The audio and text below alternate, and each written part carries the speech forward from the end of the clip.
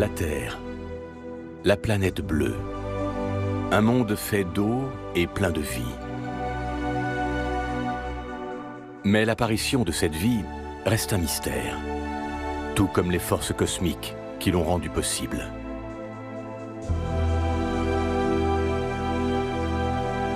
À quelques 26 000 années-lumière de notre Terre, un gigantesque objet céleste engloutit d'énormes quantités de matière. Un trou noir. La Voie lactée telle qu'on la connaît n'existerait pas sans ce trou noir central. Les trous noirs auraient donc une influence sur tout l'univers. Les trous noirs situés au centre des galaxies semblent jouer un rôle fondamental dans la naissance et le développement de ces galaxies. Les scientifiques vont toujours plus loin dans leurs observations au rythme de découvertes stupéfiantes. Les ingrédients nécessaires à l'apparition de la vie sur Terre sont présents dans les mêmes proportions dans tous les recoins de l'univers. Mais quel est le rapport entre les trous noirs et l'apparition de la vie? Dans le cosmos, tout est relié. Les trous noirs, la vie, les champs magnétiques, les astres, tous ces éléments sont interdépendants.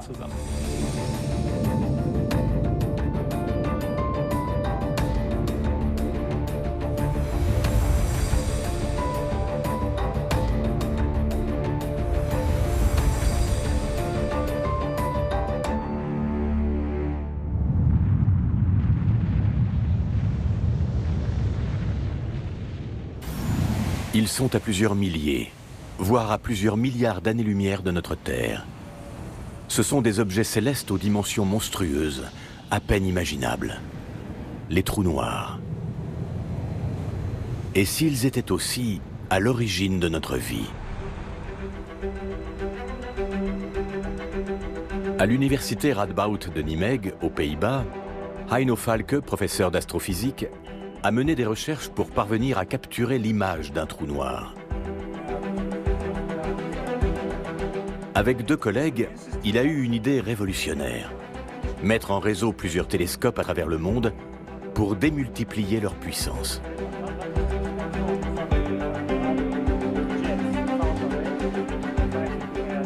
Pour voir un trou noir, mieux vaut avoir de très bons yeux. Cela revient à regarder un grain de riz à New York, mais depuis l'Europe.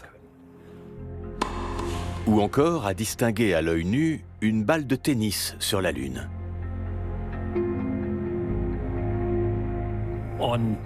Pour ça, on aurait besoin d'un télescope aussi grand que notre planète. Comme on ne peut pas coller un télescope sur chaque mètre carré du globe, il faut connecter tous ceux qui existent déjà. En scrutant le ciel depuis différents continents et sous différents angles, on peut obtenir une image du trou noir. Cette performance titanesque de la communauté scientifique débute en avril 2017. Des radiotélescopes en Amérique du Sud et du Nord, en Antarctique et en Europe, sont orientés simultanément vers une même cible, la galaxie Messier 87, située à environ 50 millions d'années-lumière de la Terre.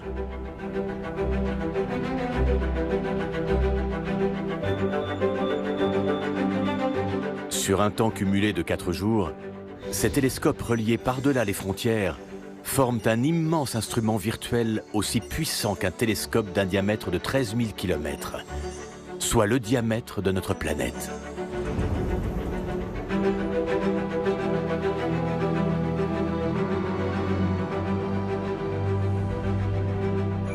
L'instrument est braqué sur la constellation de la Vierge.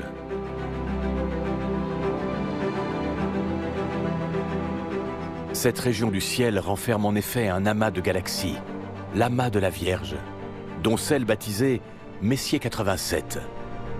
Au cœur de cette galaxie, un trou noir, que seules les ondes radio émises à sa périphérie permettent de détecter.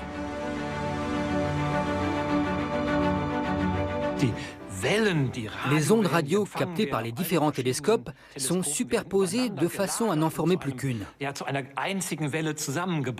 C'est-à-dire qu'on les sauvegarde sur des disques durs On les marque à l'aide d'horloges atomiques et on les assemble très précisément pour former une onde unique dans le foyer de notre télescope virtuel. Après, il faut encore que ce signal soit traité par différents logiciels pour transformer les ondes disparates en images. Il aura fallu 2 ans aux chercheurs d'Europe, du Japon et des États-Unis, répartis en 3 équipes indépendantes, pour convertir les données en une image. Le 10 avril 2019, enfin, c'est l'événement.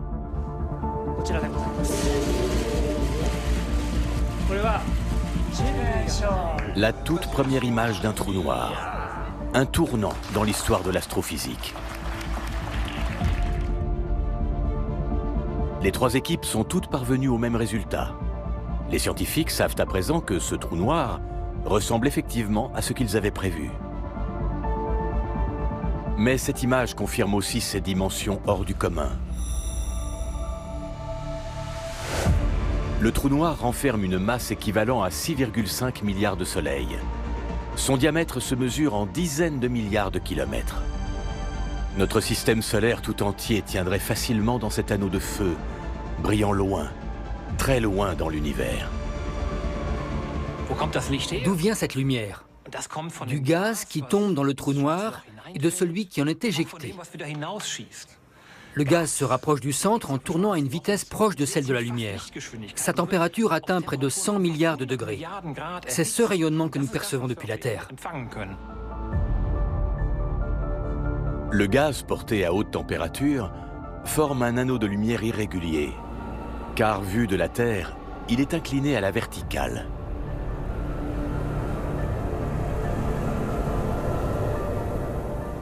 Le gaz tourne autour du trou noir à une vitesse proche de celle de la lumière.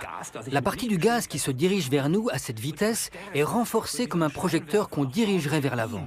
C'est pourquoi la partie inférieure du cercle qui vient vers nous est plus forte, tandis que la partie supérieure qui s'éloigne s'affaiblit.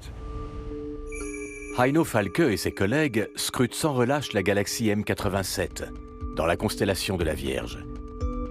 Ils détectent en particulier, grâce à leur radiotélescope, les rayons X et les rayons gamma qui transportent le plus d'énergie à travers l'espace. Les galaxies se comptent par centaines de milliards et l'on pense que la plupart contiennent en leur centre un trou noir. Ces trous noirs centraux sont par conséquent présents et actifs dans tout l'univers. Des trous noirs, il y en a de toutes les sortes. Cela va du plus simple, qui n'émet qu'une lumière très faible, comme celui qui est au centre de notre Voie lactée, jusqu'au plus spectaculaire, qui génère plus d'énergie que toutes les étoiles d'une galaxie. Un grand trou noir peut à lui seul produire jusqu'à 10 fois plus d'énergie que toutes les étoiles de notre Voie lactée. Les trous noirs sont les objets célestes les plus massifs et les plus énergétiques de l'univers. Un jet de matière se forme souvent dans leur axe, qui peut atteindre plusieurs années-lumière de long. Ce type de trou noir trône au centre des galaxies. Mais il existe, jusque dans notre Voie lactée, de très nombreux trous noirs de plus petite dimension. Leur existence n'a pu être prouvée que très récemment. C'est dans la constellation du Cygne que le premier de ces trous noirs stellaires a été identifié en 1971.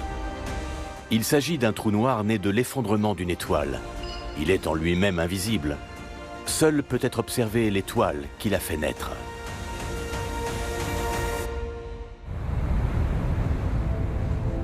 Sur l'île de Hawaï, au sommet du volcan éteint de Mauna Kea, se trouve à 4200 mètres d'altitude l'un des principaux observatoires astronomiques au monde. Des scientifiques comme Yoshiki Matsuoka y travaillent sur les trous noirs les plus anciens qui remontent aux origines de l'univers.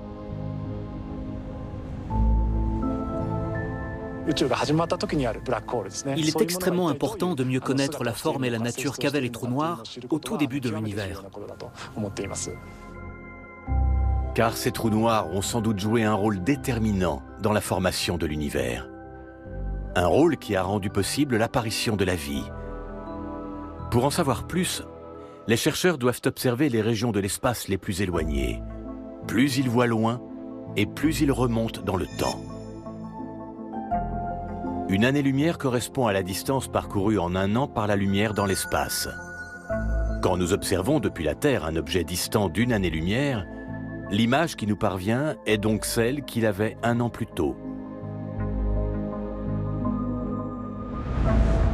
Pour savoir à quoi ressemblait l'univers il y a 10 milliards d'années, il nous faut trouver des objets célestes situés à 10 milliards d'années-lumière de la Terre.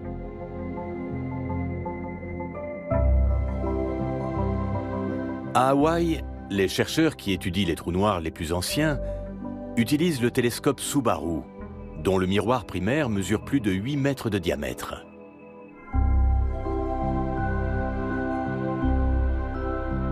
La naissance de l'univers remonte à 13,8 milliards d'années. L'observatoire de Hawaï permet de détecter des trous noirs apparus peu de temps après.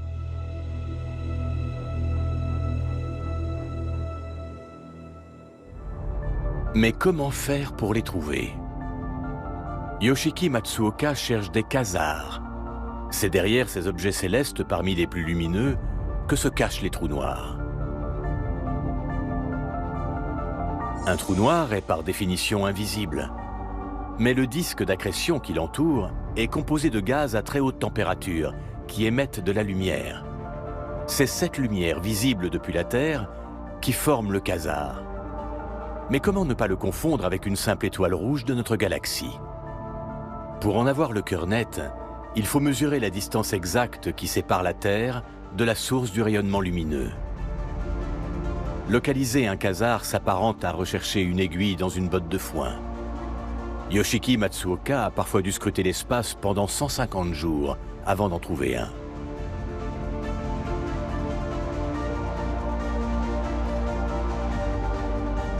Mais aujourd'hui, la chance lui sourit.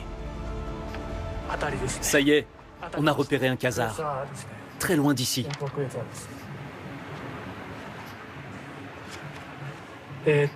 Vous voyez cette ligne?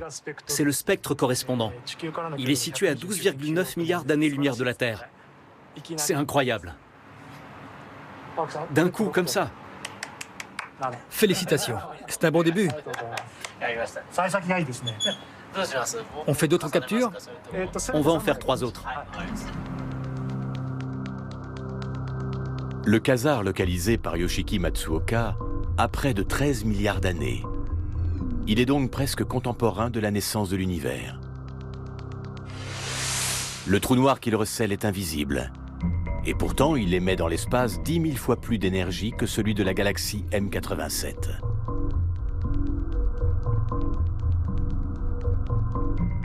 Yoshiki Matsuoka et son équipe sont déjà parvenus à observer plus de 100 trous noirs remontant au début de l'univers. Les scientifiques ont constaté que ces objets célestes très anciens émettaient beaucoup plus d'énergie que les trous noirs plus récents.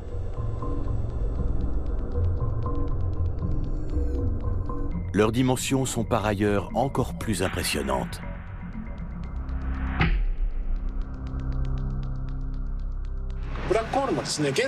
L'univers contient actuellement beaucoup de trous noirs, qui n'absorbent pas beaucoup de matière. Mais plus on va loin, plus on en découvre qui absorbent davantage de matière et émettent une lumière bien plus puissante.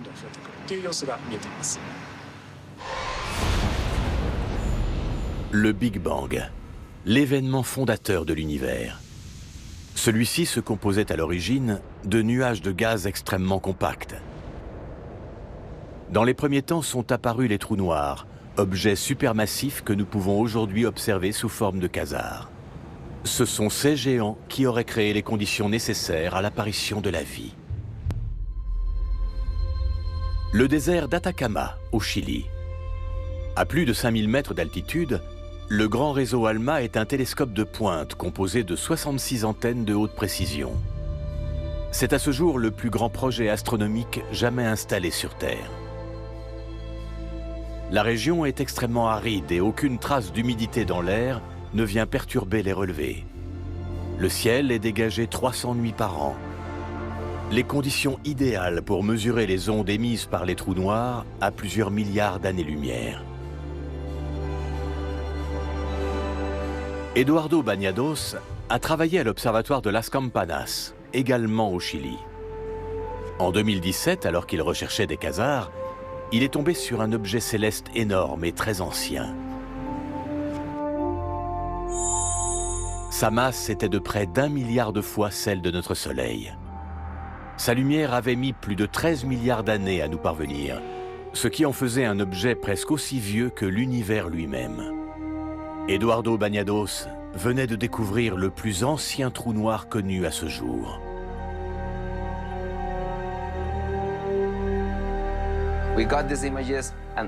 Pendant nos enregistrements, toutes les ondes radio qu'on captait provenaient d'un seul et même objet. C'était incroyable. On voit ici la source centrale, en plus clair, d'où sortent ces deux jets.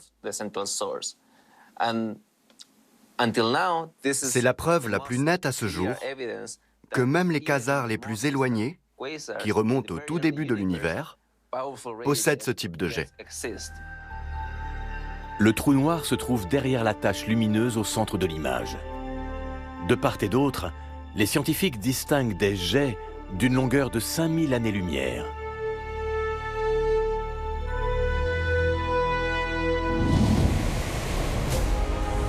Ces jets charrient dans le cosmos d'énormes quantités de particules, de gaz et d'énergie.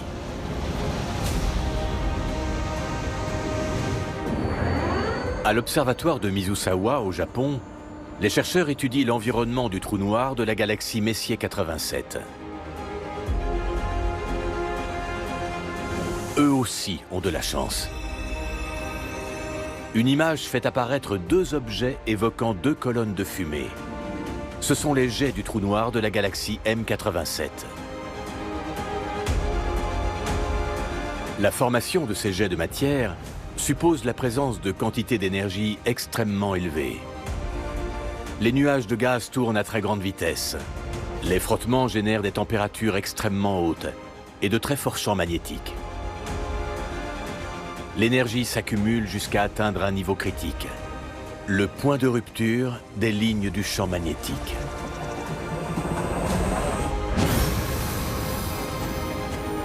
Les gaz et autres matières sont alors projetés dans l'espace. Ces jets jouent un rôle fondamental, car ce sont eux qui préparent l'univers à l'apparition de la vie. Mais il leur faut encore un peu d'aide.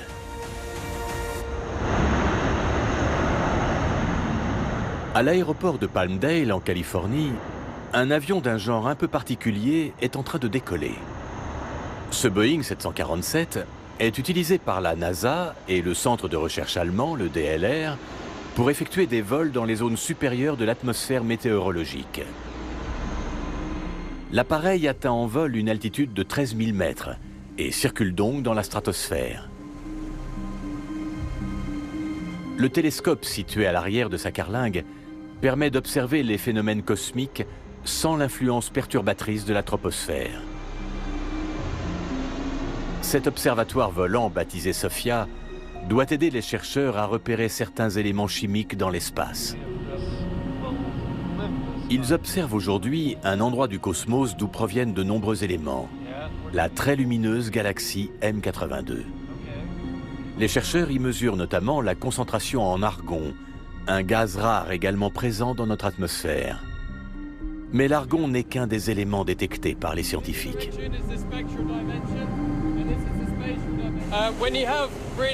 Une formation d'étoiles aussi intense, c'est une véritable usine à éléments. On trouve tout ce qu'on veut.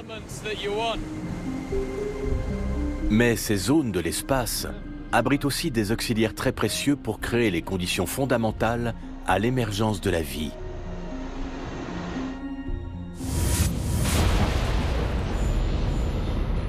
Les étoiles qui explosent au terme de leur existence, appelées supernovas.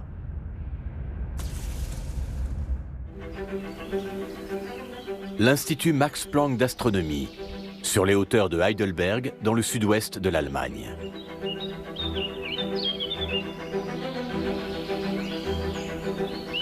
Nadine Neumayer travaille sur la formation des trous noirs et la répartition de la matière.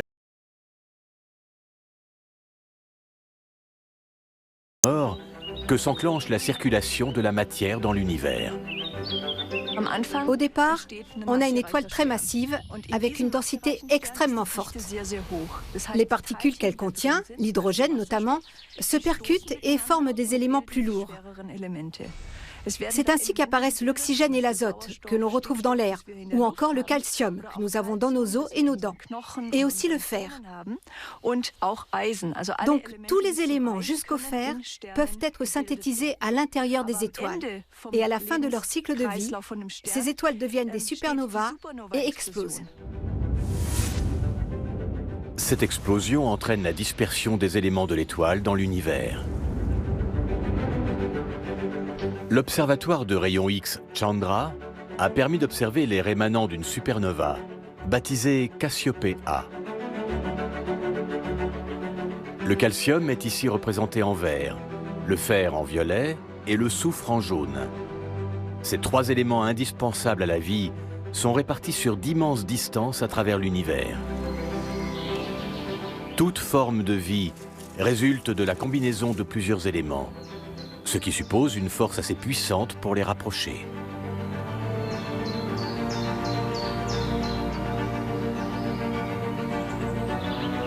Ce sont 80 éléments distincts. Les principaux sont l'oxygène, le carbone, l'hydrogène et l'azote. 4 éléments issus du cosmos.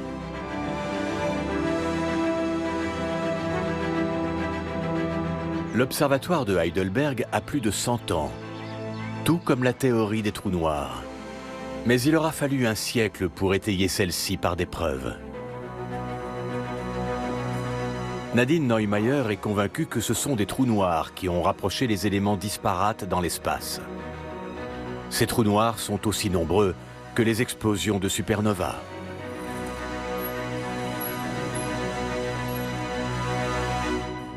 Rien que dans la Voie lactée, les étoiles se comptent par milliards. Mais seules les étoiles supermassives explosent et donnent naissance à un trou noir. Pour l'espace-temps de notre Voie lactée, on pense pouvoir observer quelque chose comme 100 millions de trous noirs stellaires.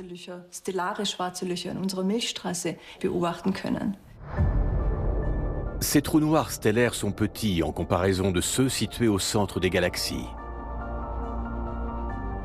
Et même minuscules par rapport aux géants du fond des âges.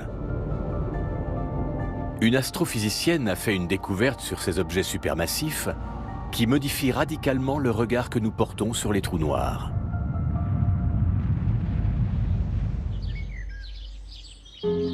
Aurora Simeonescu travaille à l'Institut néerlandais de recherche spatiale à Utrecht. Elle cherche à savoir si les énormes trous noirs des débuts de l'univers ont pu influer sur la répartition des éléments dans l'espace. On sait qu'il y a 10 à 12 milliards d'années, quand l'univers était très jeune, les étoiles se formaient très rapidement et les trous noirs étaient très actifs. Ces deux types d'objets ont connu un pic d'activité au même moment.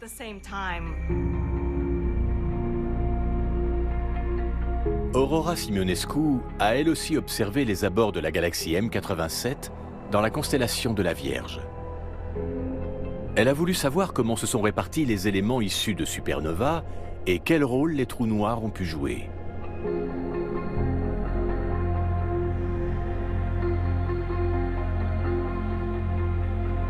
La chercheuse a utilisé pour cela le télescope spatial japonais Suzaku. Celui-ci lui a permis d'observer de vastes zones de l'univers, y compris certaines zones situées entre les galaxies, à plusieurs millions d'années-lumière.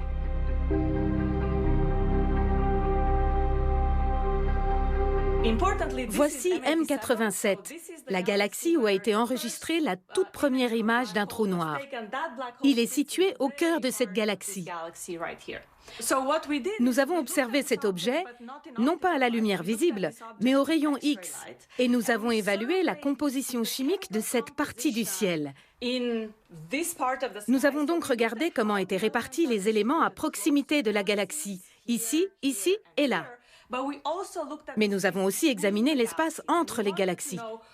Nous voulions savoir quelle était sa composition chimique, non seulement ici, mais aussi là, et là, et là, à une échelle bien plus vaste. Le télescope spatial à rayons X a mesuré la répartition des éléments dans les environs de la galaxie M87. Ce graphique représente les proportions relatives des différents éléments: soufre, magnésium, silicium et fer. La base 100 a été attribuée au soufre et les autres éléments ont été évalués en comparaison. Les chercheurs ont eu la surprise de constater que leurs proportions étaient pratiquement constantes. Au centre de la galaxie M87, peuplée de nombreuses étoiles, comme en périphérie où les étoiles sont beaucoup plus rares, mais aussi à plusieurs millions d'années-lumière dans une autre galaxie et jusque dans notre système solaire. Se pourrait-il alors que les éléments essentiels à la vie soient présents partout dans l'univers ?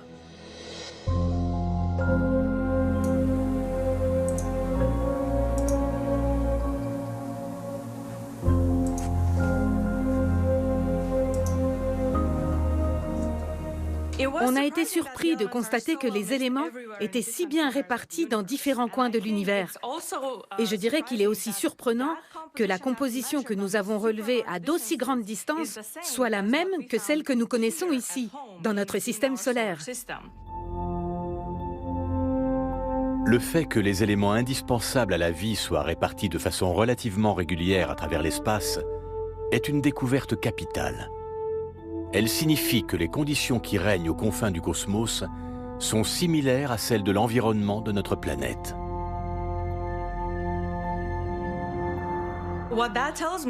On constate que les ingrédients nécessaires à l'apparition de la vie sur Terre sont présents dans les mêmes proportions dans les régions les plus éloignées de l'univers. Aurora Simeonescu s'est demandé comment ces éléments avaient pu se répartir uniformément sur des distances aussi gigantesques. Il y a deux réponses. La première, c'est le facteur temps. Pour pouvoir se mélanger à ce point, il fallait que tous ces éléments chimiques soient apparus il y a 10 ou 12 milliards d'années, quand l'univers n'était encore qu'un gamin. Mais ça ne suffisait pas. Il fallait un autre facteur, c'est-à-dire un agent actif à l'origine du mélange.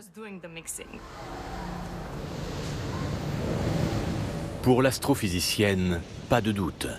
Un seul phénomène cosmique permet d'expliquer cela. Une force prodigieuse, capable de propulser des particules à plusieurs millions d'années-lumière dans l'univers. Nous pensons qu'il s'agit des jets des trous noirs supermassifs, qui étaient très actifs il y a 10 à 12 milliards d'années, au moment de la synthèse des éléments. Petit à petit, les chercheurs comme Aurora Simeonescu ont reconstitué le scénario. Les principaux acteurs de l'histoire sont des géants aux forces hors du commun. Il y a 10 à 12 milliards d'années, les étoiles se forment à un rythme plusieurs dizaines de fois plus rapide qu'aujourd'hui. Mais leur existence est de courte durée. De nombreux astres explosent en atteignant le stade de la supernova, libérant d'énormes dans l'espace. Ces mêmes éléments qui composent aujourd'hui notre organisme et celui de tous les êtres vivants sur Terre. Mais ces particules sont projetées de façon désordonnée et irrégulière dans l'espace. Au même moment, se forment des trous noirs supermassifs. Leurs jets, à la manière de turbines géantes, entraînent et brassent d'énormes quantités d'éléments. La matière tourbillonne et se propulse dans l'univers.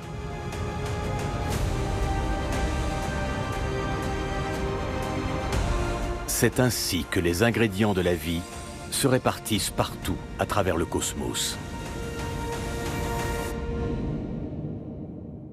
De même qu'un enfant sort du ventre de sa mère, on peut dire que les supernovas sont nos mères. Mais dans ce cas, les trous noirs sont nos pères.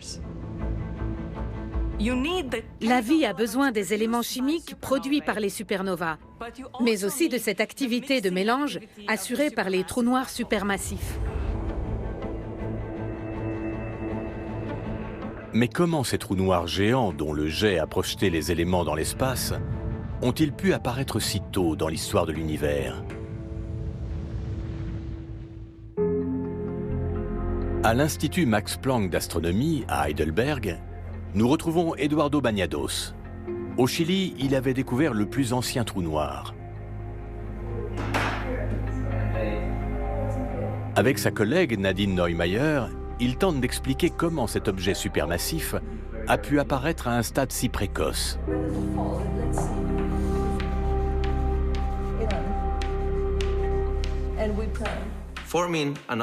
La formation d'un objet de plusieurs milliards de masses solaires, comme le quasar le plus lointain que nous connaissons, n'a rien d'évident. Comment une masse pareille a-t-elle pu se concentrer en un tout petit point du cosmos? C'est dur à comprendre. Le trou noir découvert par Eduardo Bañados fait partie des objets les plus massifs des débuts de l'univers. Or, il est apparu peu de temps après le Big Bang, alors que les chercheurs ont longtemps cru que les objets aussi massifs étaient très lents à se former et à atteindre leur dimension.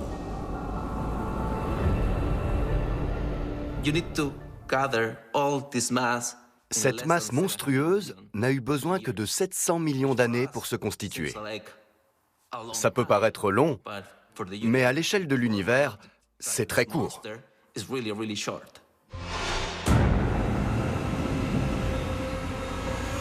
Après le Big Bang, l'univers entre en expansion et se refroidit progressivement.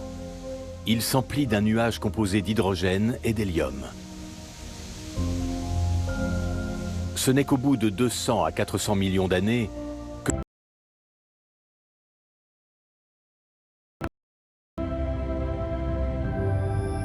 mais rapidement, les plus grandes, devenues supernovas, explosent. De leurs vestiges naissent les trous noirs stellaires. Or, une supernova ne suffit pas à former la masse considérable des trous noirs des origines. Leur dimension gigantesque exige une autre explication. Par quel mécanisme les plus anciens trous noirs supermassifs sont-ils donc apparus?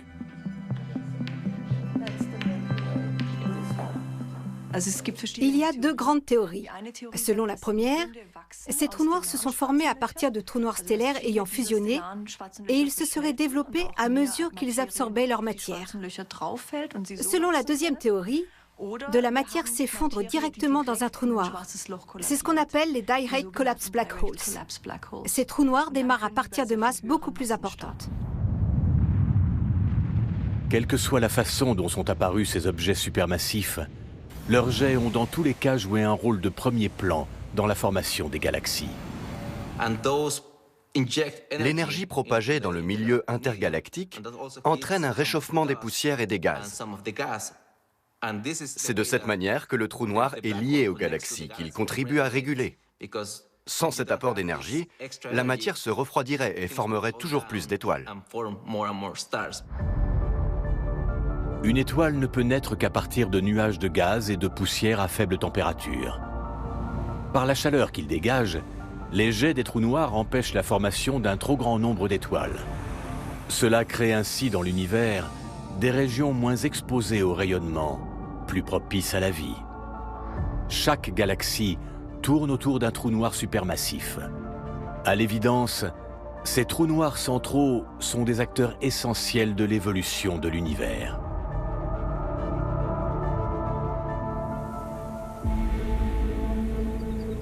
À l'Institut Max Planck d'astrophysique près de Munich, les scientifiques cherchent à comprendre comment les trous noirs ont contribué à former et à façonner le cosmos. Ils utilisent pour cela des superordinateurs capables de traiter d'énormes volumes de données. Ces instruments permettent à l'astrophysicien Volker Springel de simuler le développement de l'univers sur plusieurs milliards d'années. Les ordinateurs traitent des données retraçant la vie entière de l'univers. Les résultats montrent que les trous noirs ont joué un rôle moteur dans son évolution.